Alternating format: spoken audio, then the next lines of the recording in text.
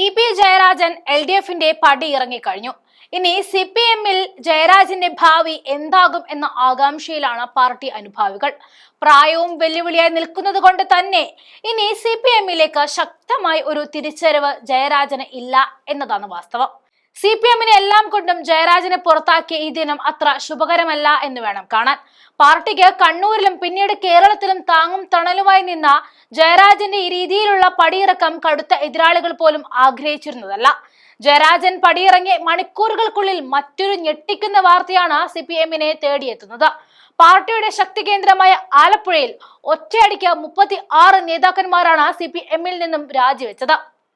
ജയരാജന്റെ ശാപമാണിതെന്ന രീതിയിൽ സാമൂഹ്യ മാധ്യമങ്ങളിൽ ചില പോസ്റ്റുകളും വന്നിരുന്നു.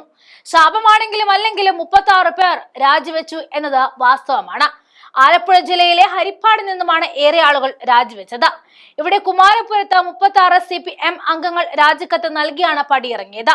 സംസ്ഥാന സെക്രട്ടറി MV ഗോവിന്ദനും ജില്ലാ സെക്രട്ടറിക്കുമാണ് കത്ത് നൽകിയിരിക്കുന്നത്.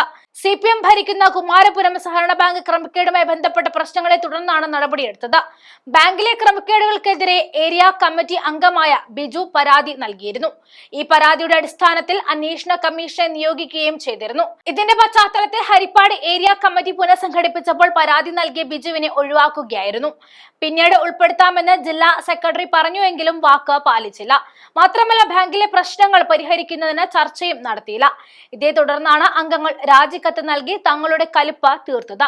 CPM ജില്ലാ സെക്രട്ടറിക്കും ജില്ലാ സെക്രട്ടറി അംഗത്തിനുമെതിരെ കത്തിൽ രൂക്ഷ വിമർശനമാണ് ഉയർത്തിയിരിക്കുന്നത്. പാർട്ടി ജില്ലാ സെക്രട്ടേറിയറ്റ് അംഗം M സത്യപാലനാണ് കുമാരപുരം സഹകരണ ബാങ്ക് പ്രസിഡന്റ്. ജില്ലയിൽ CPM ബ്രാഞ്ച് സമ്മേളനങ്ങൾ അടുത്ത ദിവസം മുതൽ തുടങ്ങാനിരിക്കവെയായിരുന്നു. ഇതിനിടയിലാണ് കൂട്ടുരാജി ഉണ്ടായിരിക്കുന്നത്. ഇത് CPM-നെ തളർത്തും എന്ന കാര്യത്തിൽ സംശയമേയില്ല.